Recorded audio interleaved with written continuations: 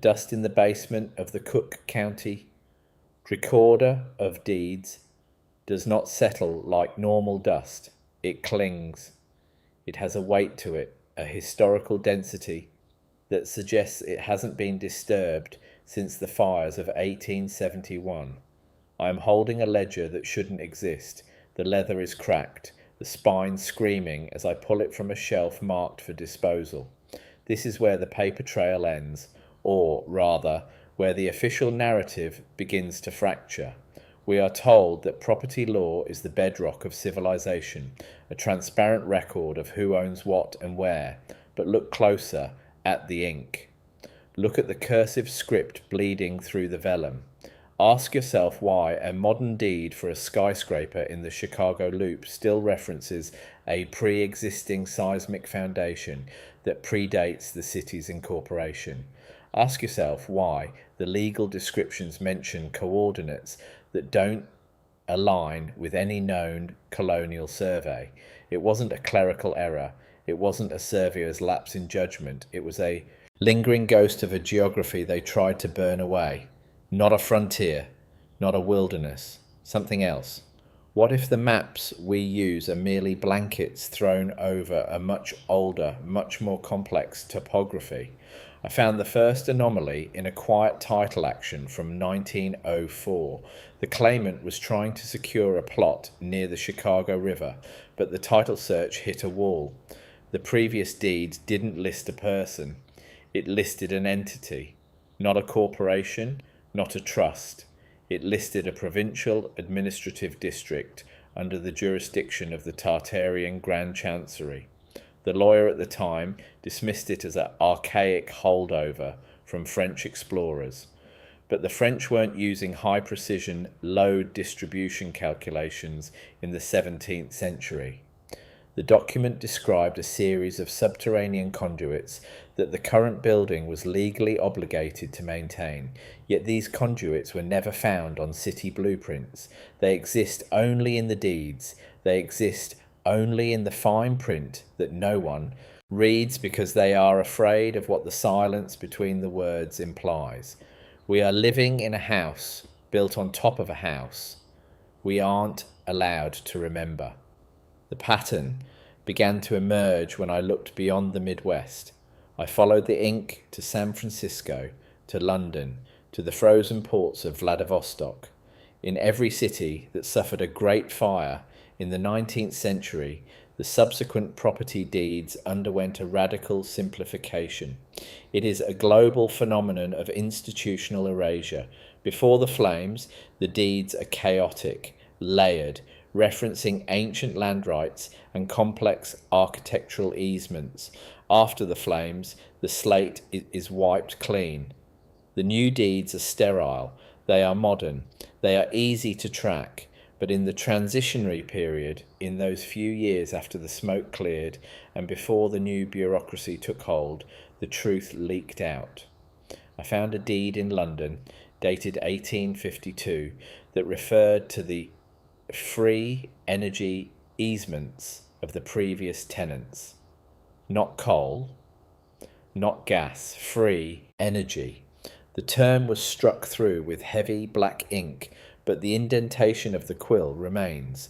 You can feel it with your fingertips if you close your eyes. It is a somber realization to understand that your own home might be sitting on a lie. I spent 3 weeks in the archives of a private title insurance company that went bankrupt in the 80s. Their files were destined for the shredder. Among the boxes, I found a map of Manhattan that didn't look like Manhattan. It was a grid of star forts and atmospheric resonators, each one linked to a specific deed number. These weren't defensive structures, they were nodes. The deeds for these specific lots still carry no-build clauses for the sub-basements.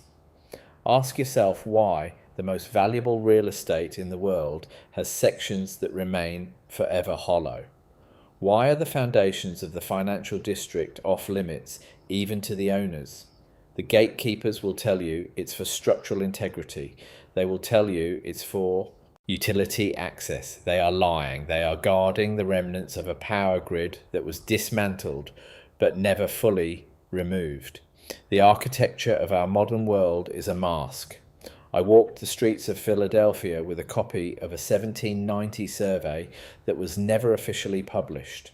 The survey marks out great Tartarian consulates on land that is now occupied by unremarkable federal buildings. The load distribution of these buildings is all wrong. They are over-engineered for their purpose, built with massive stone blocks that seem designed to anchor something much larger than an office. This is the staccato rhythm of the cover-up. Build, burn, rebuild, erase. If you look at the stones, truly look at them, you see the weathered marks of a different masonry. Not colonial, not neoclassical, something else. Something that speaks of a global aesthetic, unified architectural language that spanned continents before the era of steam and sail was supposed to have begun. I have spoken to surveyors who whisper about the deviation. It is a technical term they use when the GPS coordinates don't match the historical physical markers. Usually, they just recalibrate and move on. They are paid to be precise, not to be curious. But one man, an old-timer, who spent 40 years in the rural South, showed me a deed for a stretch of forest that had stayed in the same family for 200 years. The deed didn't use trees or stones as markers. It used meridian pillars. These pillars, when mapped out, don't follow the magnetic north of today. They follow a world axis that shifted or was shifted. The institutional gatekeeping of our history is so thorough that even the earth beneath our feet has been re-indexed. We are told we are the pinnacle of progress, yet we are legally tethered to a grid we can no longer see. What happens when the evidence becomes too large to ignore? You start seeing it everywhere.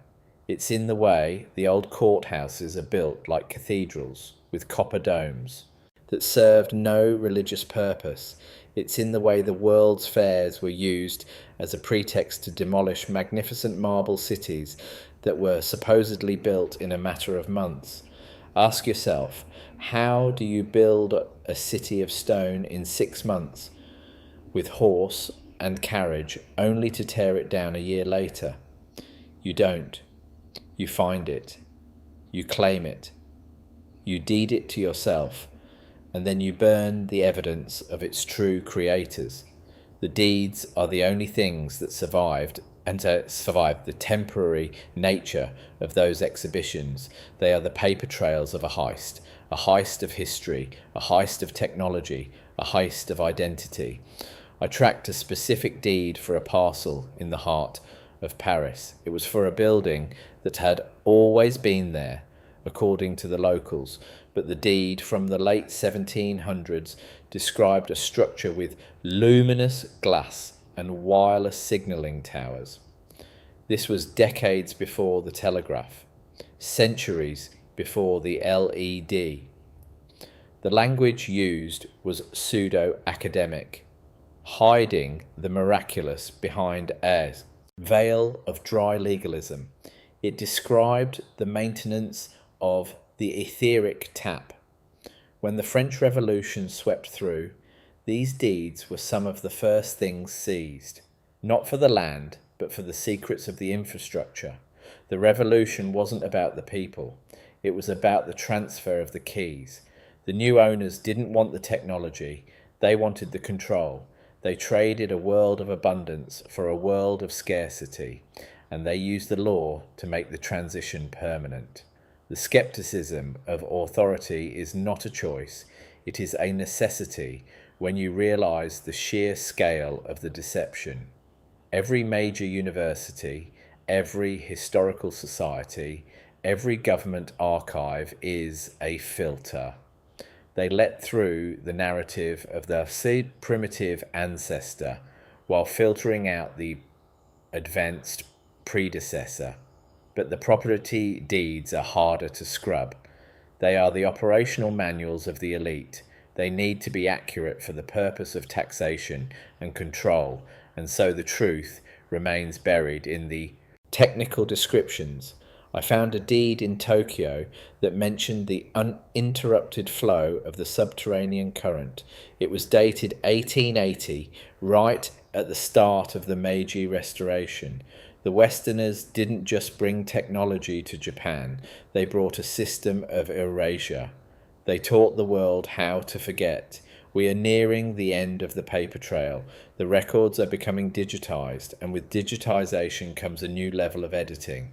The anomalies are being smoothed out by algorithms. The Tartarian references are being flagged as errors and corrected to territorial. It is a quiet, bloodless deletion. But before the last of the physical ledgers are lost to time or accidental fires, we have a window. A window to look at the foundations of our reality and see the cracks. The truth is not in the history books.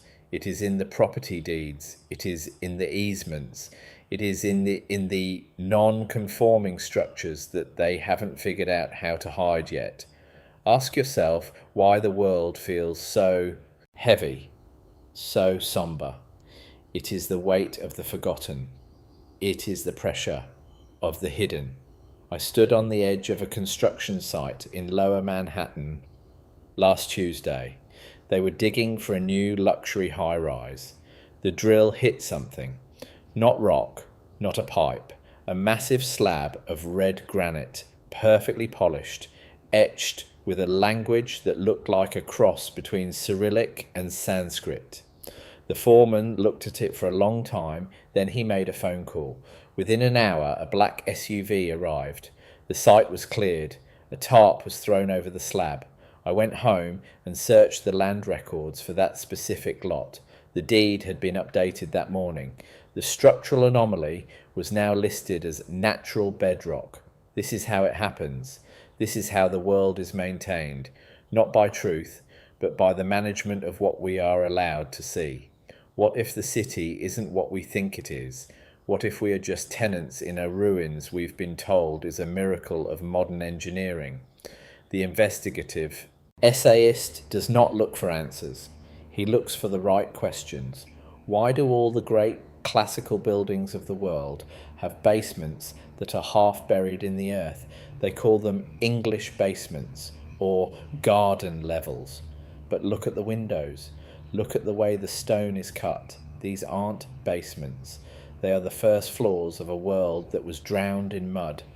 The mud flood isn't a theory. When you look at the deeds, you see the property values drop during the years of the great accumulation. You see the owners forced to excavate their own homes to reach the front door. The official story says it was for sewage improvements. Ask yourself, do you bury 20 feet of perfectly carved architecture just to install a sewer pipe? Not this, not that, something else. The tension in the air is palpable when you walk into a historical archive and ask for the unclassified deeds of the mid-19th century. The librarians get quiet. They look at each other. They tell you those records are being restored. They are being sanitized. They are being removed from the public eye because they contain evidence of a civilization that functioned without their permission. A civilization that didn't need their banks, their power plants, or their borders. The Tartarian deeds are the blueprints for a different kind of humanity. A humanity that was connected not just by trade, but by the very energy of the planet. And that is why they had to go. You cannot rule people who have everything they need for free. You have to destroy the grid, burn the records, and then sell them back the pieces of their own heritage. I found a reference in a Boston ledger from 1845 to a magnetic pylon that stood where the State House is now. The deed specified that the pylon was the property of the Commons of Great Tartaria and could not be moved without the consent of the Grand Khan's envoy. This was 1845. Boston. The United States had been a country for decades, yet here was a legal document acknowledging a foreign, global sovereignty over the very ground they stood on. The envoy never came. The pylon was encased in brick and hidden within the walls of the new building. It's still there. You can feel the vibration in the floorboards if you stand in the right spot. The institutional gatekeepers know it's there. They've built their offices around it. They are the parasites living in the shell of a titan. The rhythm of the investigation is a heartbeat. Thump, thump. Evidence, erasure. Thump, thump. Discovery, denial. I traced the lineage of a single family in New York who had held a deed for a small rotunda in the Catskills since the early 1800s. The rotunda was described in the original deed as a wireless communication hub. The current owners thought it was just a quirky garden folly, but when they tried to renovate it, they found the walls were made of a superconducting ceramic that their drills couldn't penetrate. They were visited by government officials who offered them a massive sum for the land, provided they signed a non-disclosure agreement. They refused. Within a month, the property was seized under eminent domain for public safety. The rotunda was demolished. A park was put in its place. The deed was rewritten. The hub became a natural rock formation. We must become skeptical of everything that is presented as natural. The hills that are too perfectly shaped. The rivers that flow in unnaturally straight lines. The foundations that are too deep for the buildings they support. In the property deeds of the old world, these are listed as terraformed assets. The land wasn't just settled, it was engineered. The Tartarians were masters of the earth's frequency. They built their cities on ley lines, not just for aesthetics, but for power. The deeds reflect this. They talk about vibrational rights and resonance easements. These terms have no meaning in modern law, but they are there, buried like unexploded ordnance in the archives. What if our modern legal system is just a set of instructions on how to suppress the planet's natural energy? The intellectual provocation here is simple. If they lied about the land, what else did they lie about? The deeds show a world without the Middle Ages as we know them. They show a continuous line of advanced architecture from antiquity right up until the mid-1800s. There was no Renaissance. There was only a long, slow decline and then a sudden, violent reset. The deeds are the only things that didn't get the memo. They are the glitches in the simulation. I have seen maps from the 1830s where the American West is fully settled, with cities, railroads and canals all under the name the Tartarian territories. This was before the pioneers were supposed to have even crossed the Mississippi. The history books say it was an unexplored wilderness. The deeds say it was an empire. There is an unsettling feeling that comes with forbidden knowledge. It's the feeling of being watched, not by people, but by the system itself. The more you dig into the property records, the more you realize that the system is self-correcting. Files go missing. Archives are flooded. People are discredited. I met a woman in London who had spent 30 years tracking the Tartarian deeds of the City of London. She had thousands of photocopies. One night, her apartment burned down. Wiring, they said. She knew better. She had the records of the eternal lamps that used to light the streets of London before the gas companies took over. The deeds for those lamps are still active, but the lamps themselves are gone. They were replaced by things that need to be fed, things that can be metered. Ask yourself why we pay for electricity. Ask yourself why we pay for heat. The deeds suggest that these things were once part of the common right. They were built into the infrastructure of the land. The property records for the oldest buildings in Europe all mention integrated heating that doesn't involve fireplaces or boilers. They used the Earth's own thermal energy channeled through the foundations. When the reset happened, the new owners boarded up the vents, built the chimneys, and started selling us the fuel. They turned a free world into a subscription service. The deeds are the receipts of our dispossession. They are the proof that we are being charged for what we already owned. As I sit here in the dim light of a rented room, surrounded by maps and legal filings, I realise that the investigation will never truly end. The loop is open, the erasure is ongoing. Every day, more deeds are updated. Every day, more old buildings are modernised. The physical evidence is disappearing, and the digital record is a fiction. But the truth is still there, in the staccato rhythm of the surviving text. Not a myth, not a conspiracy, something else, something that is waiting to be remembered. We are the investigators now. We are the ones who must look at the fine print and ask, who really owns the ground we stand on? And what are they hiding in the foundations? The deeds are there, the names are there. Tartaria is not a place on a map. It is the ghost in the machine of our laws. The deeper one descends into the rabbit hole of civil engineering and municipal law, the more the old world reveals itself as a high-tech reality masquerading as a primitive one. I once spent a week examining the sewage maps of Rome, cross-referencing them with the original land grants from the 15th century. What I found was a system of cloaca machinima extensions that defied the metallurgical capabilities of the era. The deeds referred to these as the veins of the Great Mother, and they were granted in perpetuity to the crystalline technicians of the north. We are told the Romans were masters of stone, but the deeds suggest they were merely the custodians of an even older, more integrated system of water and energy management.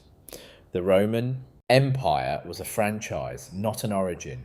Ask yourself why the founding fathers of America were so obsessed with surveying. They weren't just marking borders, they were searching for the nodes. I found a letter from a surveyor in Virginia, dated 1785, complaining that the pre-existing structures were interfering with his compass. He was trying to plat a piece of land that is now part of the National Mall. The deed for that land, in the original archives, mentions a star apex resonator that must not be disturbed under penalty of imperial law. Whose empire? The British? No. The language is all wrong. It refers to a global hierarchy that predates the crown. The Circassians were the scouts of the New Order, tasked with identifying the power spots so they could be built over and neutralized. This is the essence of revisionist documentary work, looking at the first stone of a building and realizing it was actually the last stone of a much older one. In the basement of a courthouse in New Orleans, I found a map of the city from 1720. It showed a great Tartarian bastion, exactly where the French Quarter is now. The deed for the bastion was never officially transferred. It was absorbed by the state. The legal language is fascinatingly vague. It doesn't say the previous owners sold it. It says they departed the frequency. What does that mean in a legal sense? How do you depart a frequency? Unless, of course, the city itself was tuned to a specific vibration that was changed. The Great Fire of New Orleans in 1788 happened right after the frequency shift. Not an accident, not a tragedy, a reconfiguration. I invite you to investigate your own neighbourhood. Go to the county clerk's office. Ask to see the oldest plat map they have. Look for the unassigned lands. Look for the anomalous easements. You will find sections of your city that are legally invisible, referenced in the deeds but absent from the modern maps. These are the shadow parcels. They are often owned by holding companies with names like Etheric Trust or Grand Tartarian Recovery. These companies don't exist on any corporate registry. Yet they pay their property taxes every year in gold-backed accounts that the banks don't question. They are the placeholders for a return.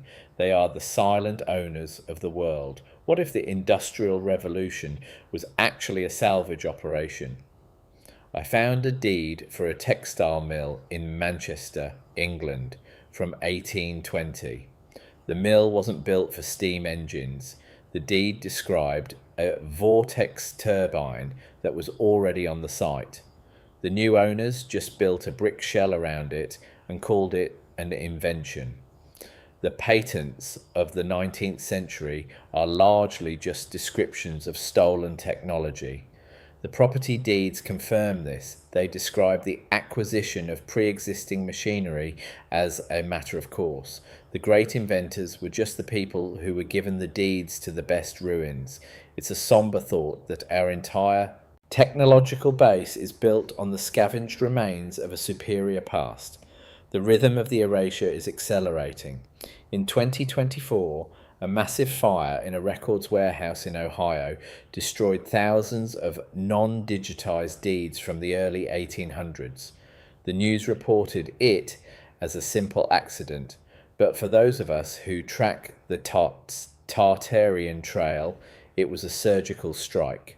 Those deeds contained the specific geodetic coordinates for a series of mounds that are being levelled for a new Amazon fulfillment centre. These mounds aren't Native American burials, they are acoustic resonators. The deeds listed them as public utility assets of the Tartarian Commonwealth. Now that the deeds are gone, the mounds are just dirt. This is how they kill a civilization.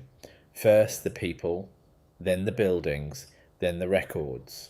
I have a photograph taken in secret of a deed from a private collection in Moscow. It is for a palace in St. Petersburg. The deed is written on a material that isn't paper and isn't leather. It's a thin sheet of metal, and the words are etched with a laser-like precision. It is dated 1812. It describes the palace as a harmonic health centre that uses atmospheric extraction to cure all diseases. The deed mentions that the energy rights are granted to every citizen of the city. After the Bolshevik Revolution, these metal deeds were rounded up and melted down. The palaces were turned into museums or government offices. The health was replaced by medicine. The energy was replaced by labour. Not progress, not liberation. Something else. The intellectual gatekeeping is so effective because it plays on our vanity. We want to believe we are the smartest, most advanced people to ever live. We want to believe the past was dark, dirty, and difficult. The deeds tell a different story. They tell a story of a world where the buildings were beautiful because they were functional in a way we can't understand, where the land was shared because the energy was abundant, where property wasn't a fence but a responsibility. The Tartarian deeds are a record of a global contract that was broken. We are living in the breach. We are the inheritors of a world that is held together by legal fictions and no trespass signs. As you walk down the street today, look at the old brickwork, look at the iron fences, look at the weird, non-functional antennas on the roofs of the old Victorian houses.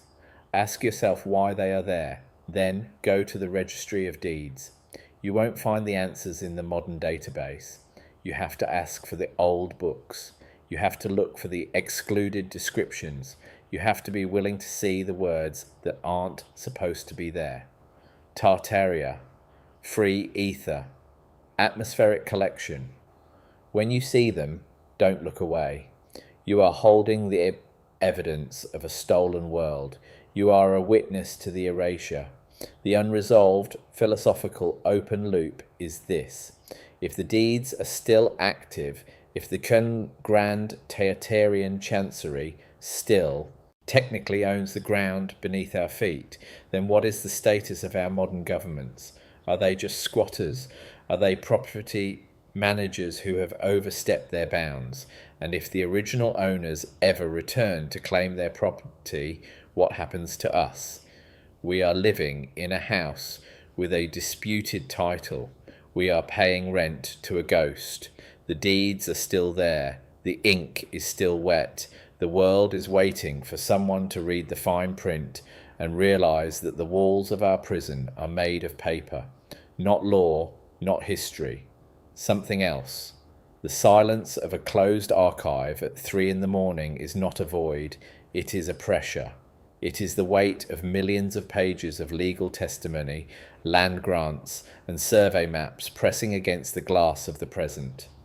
I found myself in the basement of the Philadelphia City Archives, staring at a property deed from 1782 that shouldn't have survived the various cleansing fires of the 19th century. The ink was a deep, iridescent violet, a pigment not commonly used by colonial clerks. The description of the lot did not use chains or links. It used vibrational resonance markers and meridian tap points. The lot in question is now occupied by a nondescript parking garage near Independence Hall, but in 1782, according to this vellum ghost, it was a primary node of the Tartarian postal relay. Ask yourself why a fledgling revolutionary government, supposedly desperate for land and legitimacy, would recognize the diplomatic immunity of a postal relay belonging to a transcontinental empire they claimed didn't exist. Not a colony, not a wilderness, something else.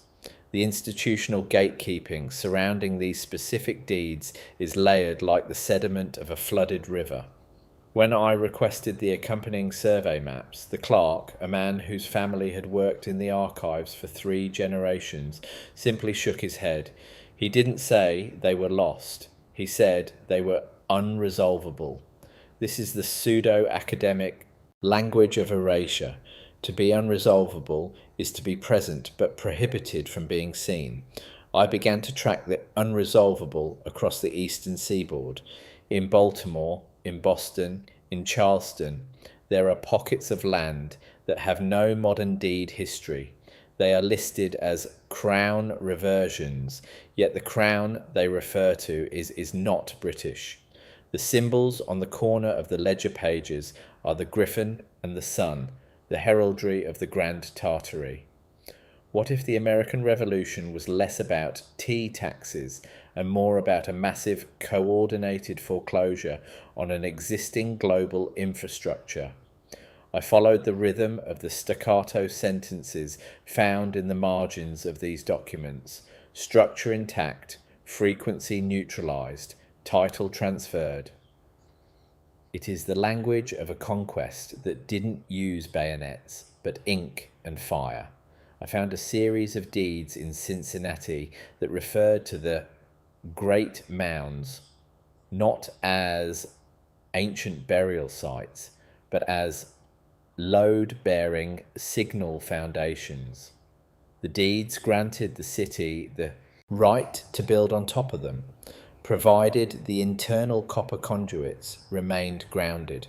Ask yourself, why would a 19th century city planner care about grounding copper conduits in a dirt mound unless they knew exactly what those mounds were? They weren't primitive earthworks, they were the hardware of a lost network.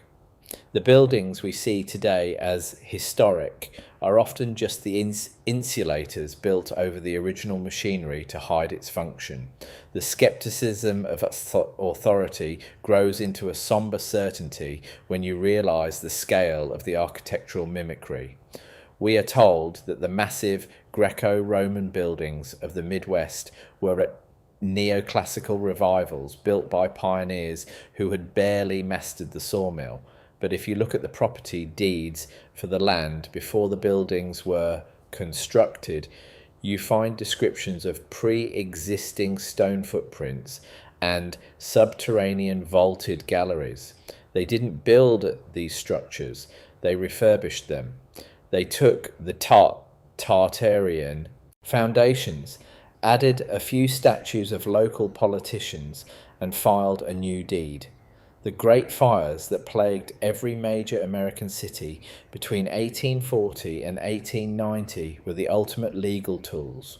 A fire destroys the physical evidence of the old world, and a lost archive destroys the legal evidence. What remains is a blank slate for the new owners to write themselves into the story. There is a tense, mysterious quality to the way these deeds are handled in the modern era. I attempted to access the digital records for a specific block in St. Louis that houses an unusually large post office, with domes that look more like power stations than mail rooms. The digital file was encrypted with a level of security usually reserved for nuclear launch codes. When I pressed for an explanation, I was told it was a matter of national architectural heritage. This is the erasure trope in its modern form. They protect the lie by elevating it to a matter of security. But what if the security isn't about protecting the building from us, but protecting the secret of what is beneath it? The deeds for that block in the 1850s mentioned an atmospheric moisture extractor, not a well, not a pump, something else. The pattern of investigation moved toward the concept of institutional gatekeeping through the use of complex load distribution data. In the basement of a Chicago skyscraper, I spoke with a structural engineer who was hired to investigate cracks in the foundation. He showed me blueprints that had been redacted by the city's building department. The redacted sections weren't pipes or wires, they were massive, solid gold alloy rods that extended hundreds of feet into the bedrock. The original deed for the lot, dated 1872, referred to these as the anchors of the Grand Current. The engineer was told to ignore them. He was told they were geological anomalies. Ask yourself, since when does nature produce perfectly machined gold alloy rods in the shape of tuning forks? The skepticism is not just an intellectual exercise. It is a reaction to the blatant absurdity of the official narrative. I walked through the urban ruins of Detroit, carrying a map of the city's original Grand Circus layout. The layout is a series of radiating spokes that perfectly mimic the starfort designs found in Europe and Asia. The deeds for these parcels from the early 19th century do not mention streets or avenues. They mention radiant paths and harmonic corridors. The terminology is precise, technical, and utterly alien to the history we are taught. It suggests a city that functioned as a single, coherent machine, a resonant cavity for the collection of atmospheric energy. When the owners changed, the machine was broken. The spokes became streets for cars. The harmonic corridors became alleys for trash. The deeds were rewritten to reflect a world of commerce rather than a world of connection. The emotional tone of this discovery is unsettling because it implies a profound loss. We are like children living in the ruins of a palace, convinced that the scraps of velvet we've found are modern fashion. I found a deed in New Orleans for a lighthouse that didn't face the sea.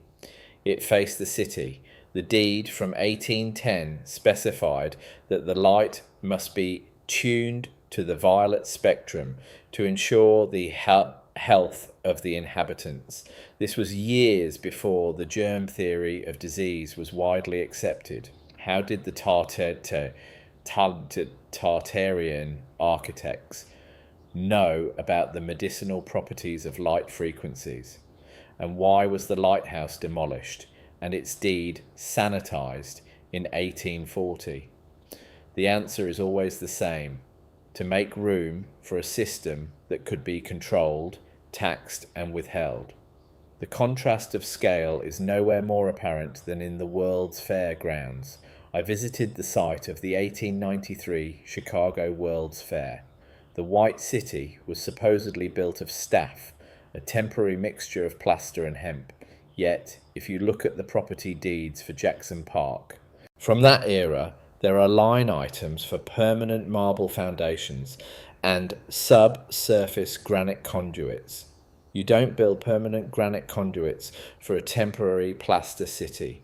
You use the existing Tartarian infrastructure, put a temporary facade over it to make it look new, and then burn it down when the fair is over so no one can investigate the bones. The deeds are the only things that don't burn. They are the receipts for the demolition of our collective memory. As we reach the end of this movement in the investigation, the philosophical loop remains wide and gaping. If our entire legal and architectural reality is a re-skinning of a previous, more advanced civilization, then what is the true nature of our progress? Are we advancing, or are we just slowly learning how to use the buttons on a machine we no longer understand? The deeds still list the old names. The Grand Tartary is still there, written in the margins, hidden in the fine print of a title search. It is a somber, provocative truth. We are not the authors of our world. We are the editors, and we have done a poor job of hiding the original text. The investigation continues, but the evidence is already speaking. It is a staccato whisper from the basement of history. Not a myth, not a dream. Something else. The investigation into these hidden property deeds eventually led me to the concept of legal transmutation. This is the process where a document is not destroyed, but its meaning is surgically altered to fit a new paradigm. In the archives of the Virginia Land Office, I found a series of deeds for the Shenandoah sector. The original text, written in a precise, almost mathematical hand, described the land not by its borders but by its resonant capacity. The deeds were not for the soil, but for the air rights to the etheric flow above the soil. In 1850, these deeds were transmuted. The etheric flow was struck through and replaced with mineral rights.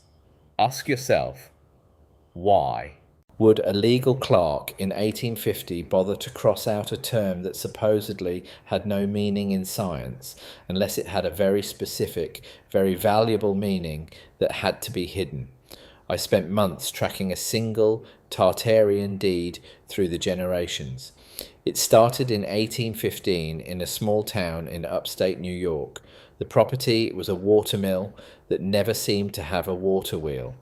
The deed described a cavitational engine that drew power from the subsurface pressure gradients.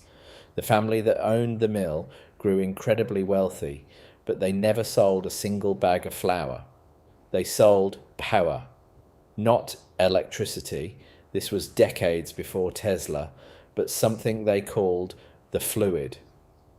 In 1870, the family was sued by a conglomerate of coal interests. The case was heard in a closed court. The deed was seized, the mill was burned, and the family disappeared from the census.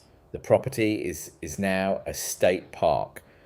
The watermill is listed on a historical plaque as a primitive ruin. The rhythmic staccato nature of these stories began to form a wall of evidence, not an accident, not a coincidence, a campaign. I found similar transmutations in the deeds of the California missions. We are told they were built to convert the natives, but the deeds for the land grants describe atmospheric collection towers and resonant bells that were used to stabilize the local climate. The bells weren't for calling people to prayer. They were for vibrating the atmosphere. When the missions were secularized in the 1830s, the first thing the new owners did was remove the bells and retitle the land. The climate of California, which the early explorers described as a perpetual spring, began to dry out and burn. We are told it's climate change. The deeds suggest it's infrastructure failure. The tension in the narrative arises from the direct conspiratorial address of the evidence. Ask yourself, why are the most historic parts of our cities also the ones with the highest concentration of government buildings? Is it to honour the past or to occupy it? I found a deed for a block in Washington, D.C. that is currently occupied by the Department of the Treasury. The original deed, which predates the city's official founding, lists the owner as the Grand Vizier of the Tartarian Treasury. The document specifies that the building on the site, which was already there, was used for the alchemical transmutation of base metals. We are told the treasury was built in 1836, but the deed says it was reoccupied. They didn't build the temple of money. They moved into an old laboratory and changed the signs. The erasure trope is most effective when it is mundane. It's not a secret society in robes. It's a clerk with a red pen. I spoke with a retired title searcher in London who told me about the black ledgers. These are books that are kept in a separate vault, accessible only to the senior partners of the city's oldest law firms. They contain the true deeds of London, the ones that reference the old world infrastructure. He saw one once. It was a deed for the land beneath St. Paul's Cathedral. It described the cathedral not as a church, but as a static discharge node. The deed mentioned that the dome was covered in hyperconductive gold to protect the city from the sky fire.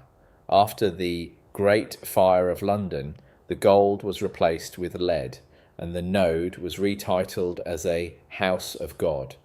The skepticism of authority is not a choice when you see the pseudo-academic justifications for these changes. They call it modernization. They call it urban renewal.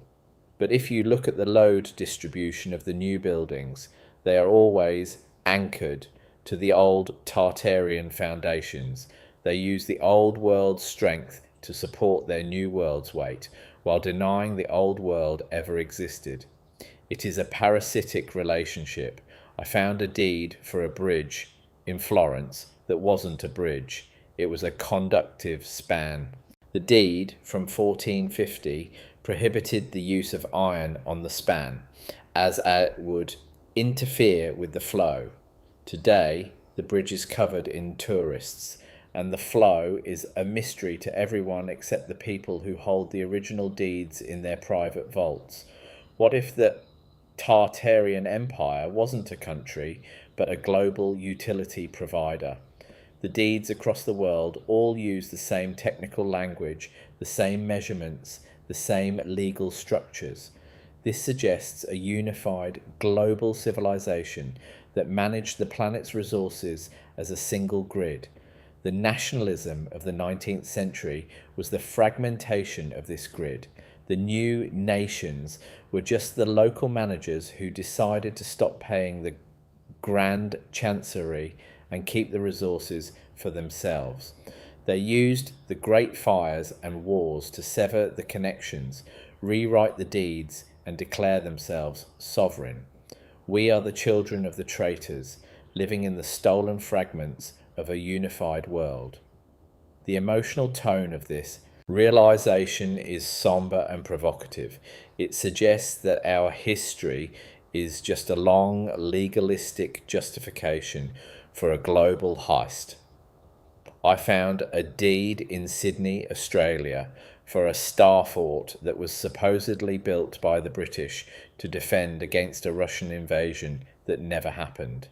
The deed, however, is dated 50 years before the British officially arrived. It describes the fort as a geodetic marker for the Southern Hemisphere. The British didn't build it, they found it, deeded it to the Queen, and invented a Russian threat to explain why they needed a massive, pre-existing stone fortress in the middle of nowhere.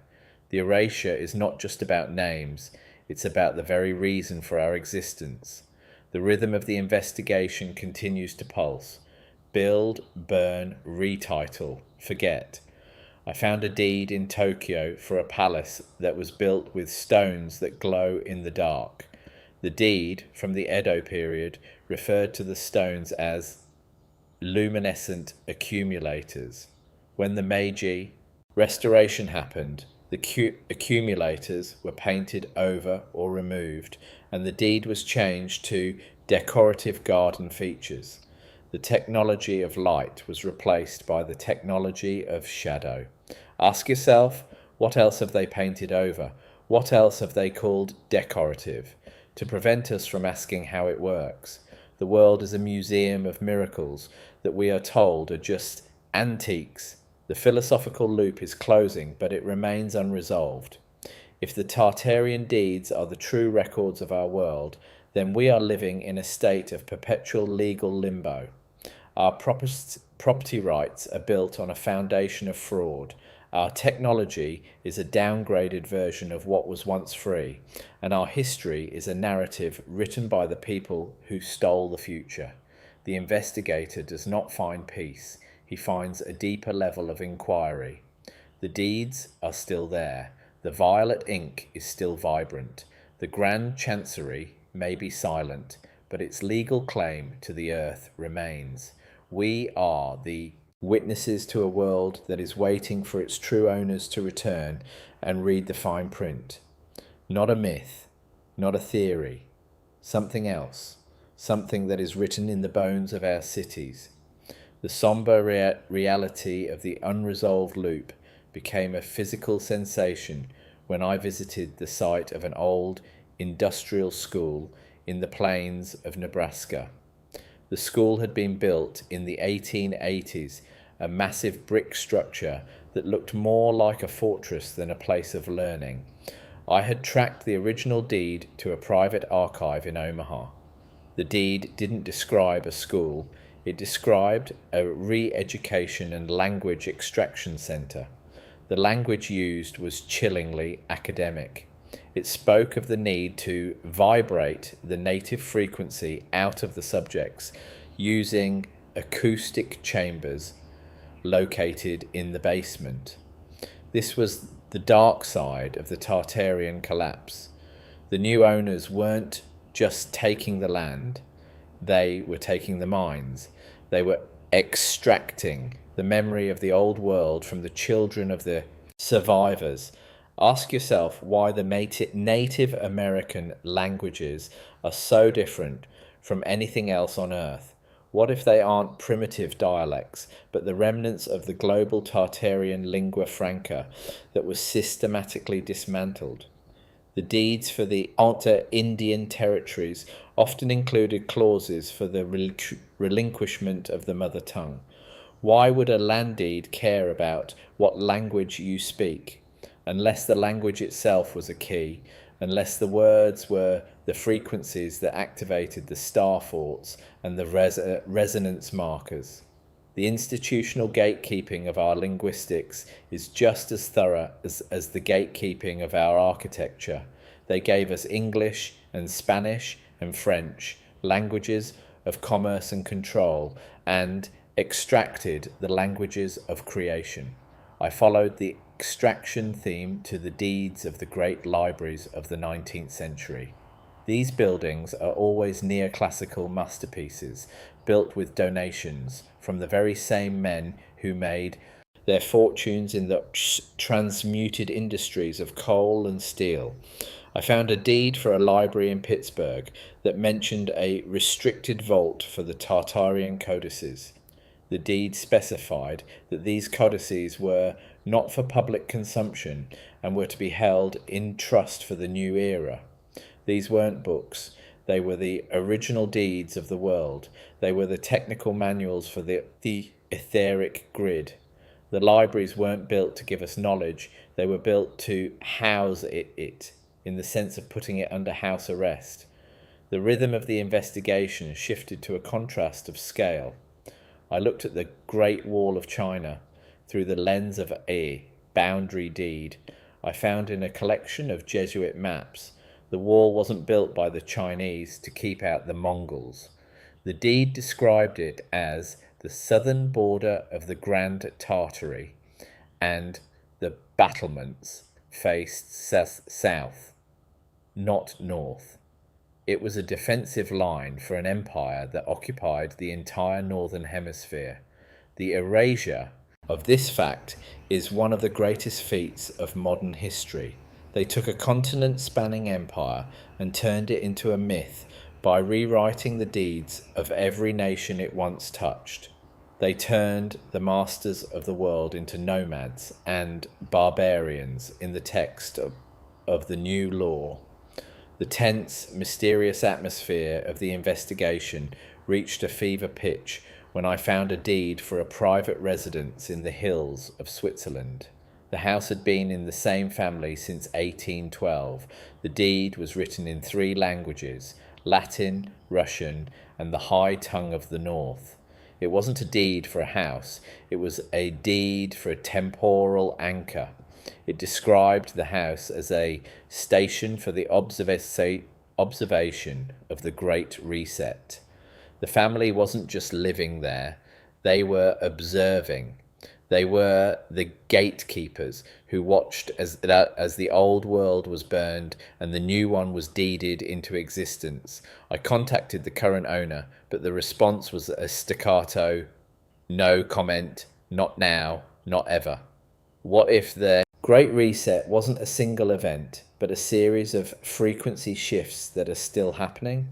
I found a deed for a television station in New York that was built on the site of an old Tartarian obelisk. The deed included a harmonic requirement for the broadcast signal. It wasn't about the content of the shows, it was about the frequency of the transmission. They were using the obelisk's location to broadcast a frequency that suppressed the pre-existing resonance of the city. We are being tuned by our own infrastructure. The deeds are the instruction manuals for our own mental gatekeeping. We are the subjects of a resonant occupation that began in the 1800s and has never ended. The skepticism of authority becomes a provocation to action. Ask yourself becomes look for yourself. I found a deed for a cemetery in London that wasn't a place for the dead. It was a storage facility for the non-responsive. The deed from 1855 referred to the bodies not as corpses, but as biological hardware that failed to integrate. This is the somber, unsettling truth that the revisionist documentary style reveals. We are not just living in the ruins of a civilization, we are the descendants of its failed integration. We are the ones who were deeded to the new owners because we couldn't or wouldn't vibrate their frequency. The cemeteries are the landfills of the resistance. The intellectual gatekeeping of the university system was the next target. I found a deed for the land grant of a major university in the Midwest. The grant wasn't for education, it was for the establishment of a narrative control center. The deed specified that the university must prioritize the Darwinian and Newtonian models to eliminate the possibility of etheric inquiry. The science we are taught is a legal requirement of the land grants. We are not taught the truth because the people who own the land have a contractual obligation to lie to us. The academic freedom we hear about is a fiction. It is a managed enclosure of the mind. As the 9th part of the investigation comes to a close, the staccato rhythm of the truth is undeniable. Not a theory, not a myth, a contract. A global, binding, legal contract that was signed in the blood of the old world and the ink of the new. The deeds are the evidence. The Tartarian Empire wasn't conquered in a war. It was foreclosed upon in a legal maneuver that spanned a century. We are the tenant farmers of a reality we don't own, living in structures we don't understand, speaking languages that are designed to keep us from asking the right questions. The loop is still open, the fire is still burning, the investigation is just beginning. I walked out of the National Archives in the early morning light. The buildings of Washington, D.C. looked different, colder, more imposing, more like the frequency suppressors the deeds described. I realized that the whole hidden property deeds were not just historical curiosities. They are the title deeds to our souls. They are the lease agreements for our perception. And as long as those deeds remain unresolvable, we will remain unresolved. The truth is not in the stars, and it's not in the soul. It's in the recorder of deeds office. It's in the technical descriptions. It's in the staccato rhythm of the forgotten text. Ask yourself, who owns the air you breathe? Who owns the thoughts you think? The deeds are there. Read the fine print. The final realization of the first-person investigator is that there is no them. There is only the system that we participate in every time we pay a property tax, every time we sign a lease, every time we accept the official history of our own homes. We are the witnesses and the accomplices in the erasure. I found a final deed tucked into the back of a 19th century ledger in a small town in the Alps. It was a deed for the future. It was blank, except for a single line of text at the bottom, to be filled by the one who remembers the frequency. The Grand Tartary is not a memory of the past. It is a potential of the future. It is the unresolved loop that we have the power to close. If we can only remember the words, if we can only find the deeds. I stood in the centre of a star fort, in the middle of a modern city, and for a moment the staccato rhythm of the world stopped. I felt the resonant capacity of the earth beneath my feet.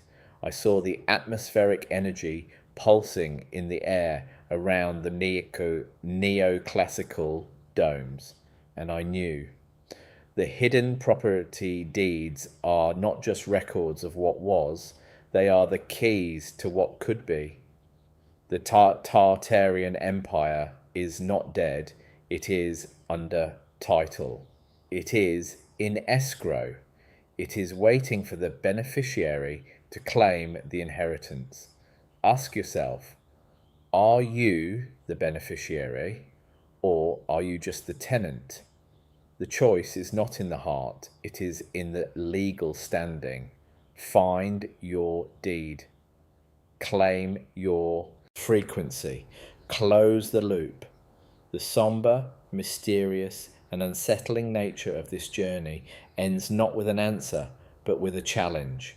The gatekeepers are watching, but they are only legally powerful as long as we respect their transmuted deeds. The moment we recognize the original title, the moment we speak the high tongue again, the erasure begins to fade. The world's fairs with a grand opening of our prison. The hidden property deeds are the exit strategy. The investigation is over. The urban exploration of the soul has begun. What if you aren't who you think you are? What if the world isn't where you think it is? The deeds are in the basement. The key is in the text. Read it, remember it, reclaim it. Not tomorrow, not someday. Now. Something else. Something that has always been there, waiting for the smoke to clear. The final ledger sits on a desk of scarred mahogany, illuminated by a single flickering bulb that seems to pulse at a frequency of 50 hertz, a synthetic rhythm designed to disrupt the human nervous system.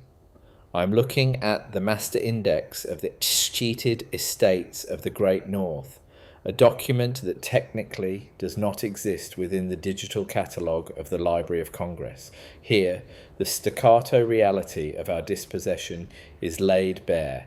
Not a sale, not a gift, an escate, the legal return of property to a lord when there are no heirs. But we were the heirs. We are the heirs. Ask yourself why the modern state requires you to pay property tax in perpetuity on land you supposedly own. It is not a tax. It is a ground rent paid to the silent lords of the Chancery who still hold the superior title. The institutional gatekeeping has reached its terminal phase. In the basement of a decommissioned star fort in New York Harbor, I found a series of shipping manifests from 1912. They weren't carrying passengers.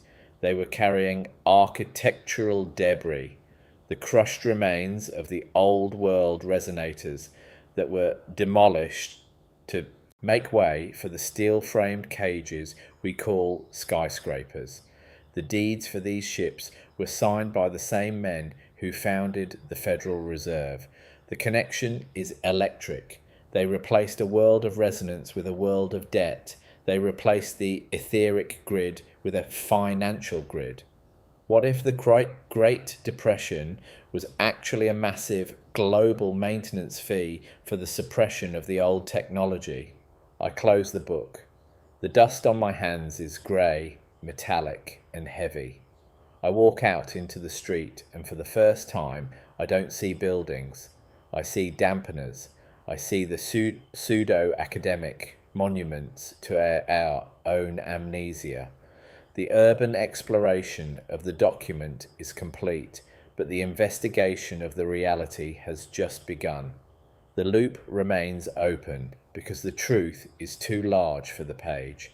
It requires the viewer to look at their own deed, their own foundation, and ask the final, most provocative question. If the world is a crime scene, who is the lead investigator? Not the state, not the historian, you. Something else, something that refuses to be erased.